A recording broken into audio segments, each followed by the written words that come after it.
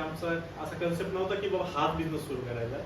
Actually पहिला आमचा rental business होता. त्याच्यामधून मग नंतर एक 2014 साली एक विहीर काढायचं मशीन म्हणून एक मार्केटमध्ये एक मशीन आलं होतं, जे की ते फर्स्ट टाइम आम्ही नगर जिल्ह्यात पहिल्यांदाच घेतलं होतं.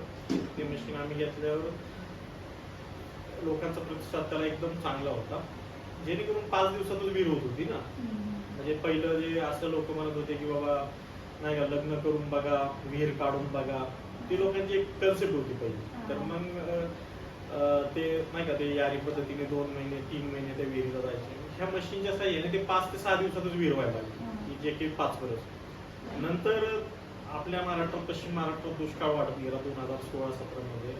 तर लोकांची एक म्हणजे मानसिकता झाली की अजून खोल गेली पाहिजे. पण आम्ही कंपनीकडे मागणी केला असता कंपनीकडे त्या गोष्टीची उपलब्धता नव्हती, आणि किंवा कंपनी त्यात तयार पण नव्हती की त्यांनी ती तयारी दर्शवली नाही की आम्ही ते करू शकत नाही. मग आम्ही ही गोष्ट मी अविनाशला बोललो. आम्ही दोघं भाऊ म्हणजे आम्हाला सर्चिंग करता लक्षात आलं की हे चायनाला मिळतं. मग आम्ही दोघं भाऊ त्यावेळेस काय आमच्याकडे पासपोर्ट पण नव्हते. पासपोर्ट काढले, चायनाला गेलो, चायनावरून आलो, बघितलं. आता त्यावेळेस पहिल्यांदाच पैसे पाठवून हे काय असं मागून घ्यायचं होतं, पण ते नाही का आमच्यात ते रिस्क फॅक्टर आमच्यात तो पहिल्यापासून जास्त आहे. ते आम्ही पैसे टाकून मागून घेतल्या. त्याच्यानंतर मग ते आम्ही एक सॅनी कंपनीवर थोडंसं टाईप करून घेतलं. ते मागवल्या. आमच्या काही भावांना पण आम्ही त्याच्यात म्हणलं की तुम्ही पण त्याच्यात तयारी दर्शवा, आपण 5 मशीन घेऊन. आणि तशा 5 मशीन घेतल्या, त्यात चालूही झाल्या.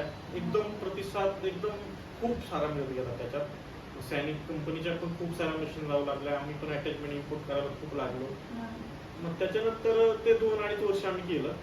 मग त्याच्यानंतर आम्हाला कुठंतरी लक्षात आलं की बाबा पैसा पण भारतातला बाहेर जातो, कुठंतरी हाच मॅन्युफॅक्चरिंगचा जो प्लांट आहे तो आपण पण सुरू करू शकतो. मग आम्ही एक थोडासा सेटअप म्हणून इथं बारामतीतच एक चालू केला. त्याच्यात मग आम्ही हळूहळू बकेटपासून रिपेअरिंगपासून छोट्या छोट्या गोष्टी बनवत गेलो. नंतर मग लॉंग बूम जे की चायनावर मागत होतं आम्ही ते इथंच बनवले. मग ते जे की आम्ही त्यांचं कसं होतं ते एक ग्लोबल माइंडचे लोक. त्यांना आम्ही जर सांगितलं की बाबा हे आमचे ॲप्लिकेशन इथं विहिरीचे खूप हार्ड आहेत, त्याच्यात असे छोटे छोटे चेंजेस करा, मेजर चेंजेस, ते लोक ते ऐकत नव्हते. मग आम्हाला जिथं आपल्या ॲप्लिकेशननुसार जे चेंजेस करायचे होते ते आम्ही इथं केलेले.